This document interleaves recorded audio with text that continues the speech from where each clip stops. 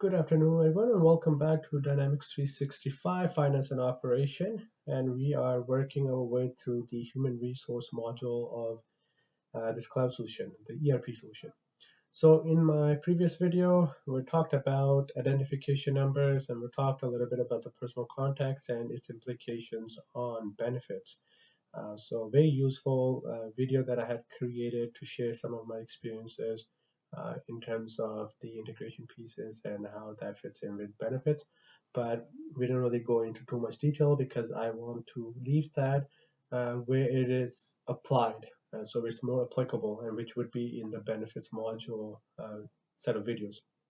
So today we're going to continue talking about screenings and we'll talk about the image as well. So if we get the chance to do so.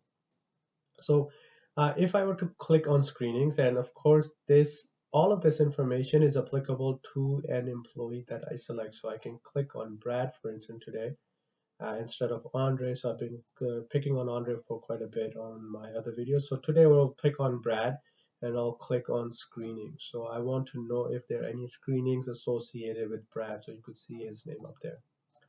Unfortunately, there is nothing here. So going back to our configuration, we actually configured screenings at one point in one of my videos. So do feel free to go through that and then make sure that you know how you can configure screenings and what is the implications of it. So I've talked quite a bit about that as well.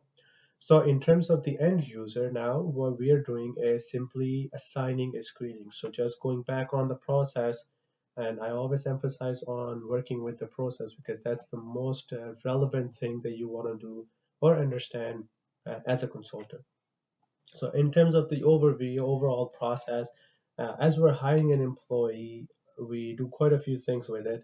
And one of the things our task would be, screenings. And screenings could be like a medical screening, or it could be a background check screening and whatnot. So it really depends on the business process. But in this case, if I click new, for instance, and what I can do is select a screening from a drop-down menu. So there are three screenings that we had configured. And in this case, if I select medical screening, the automatic field, the actual field that I would need to complete or I would need to select, otherwise I won't be able to exit the record of the form, is the required by. So it's basically asking when is this medical screening required by in order for this task to be completed. So I can select a date here. So by 31st of May, this screening should be completed. Now, this is basically an informational purposes. Unfortunately, this required by, for instance, date will not trigger an alert for you. So that is one of the things that you would want to make sure that you have on your workspace. And within your employee self-service workspace, you would have this sort of uh, not an alert, but it's sort of a tile that you would be notified of.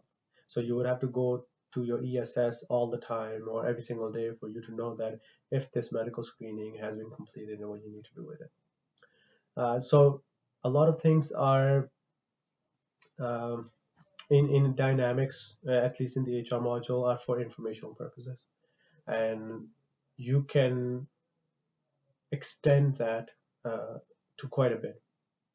So what I mean by that is, so my explanation and some of the experience that I can share here is that I had actually integrated one of the screenings that were coming from an external source outside of the system into this form, and that's possible, right? So you can have an external source send information, but of course it requires integration, it requires a design, and requires a lot of testing. So what we had done was created quite a few new fields here that would be applicable to the information that we needed.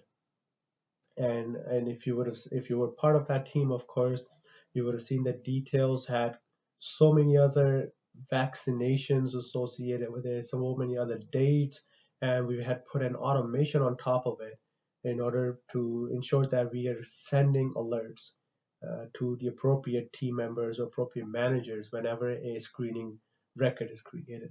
So there were a lot of processes that were applicable to just screenings, and we were able to extend this form. So obviously, this form itself is very simple, not very relevant to an industry, to a client even. So you would definitely need to extend this a lot in order for you to make this a functioning form. Okay. So with that, I'll actually leave just on that note, because I don't want to make sure that we go into too much detail about about some of the things that may not be applicable here, because you would really need to understand the business process of the implementation that I've done. But the point is that you can do a lot of integrations here within the screening, and it's achievable as long as you have the technical resources available to you. Going on to the image piece, so you could see that Brad has a worker image which you can assign to every single employee, and this image actually plays a role in one of your workspaces.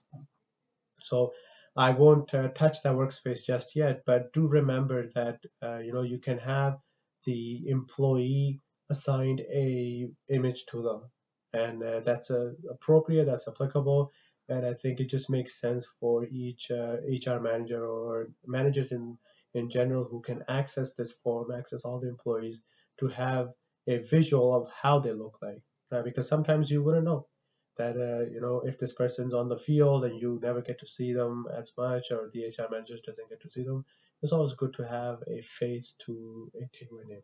So this is how you can do that, and then I'll show you where that shows up in one of my other videos.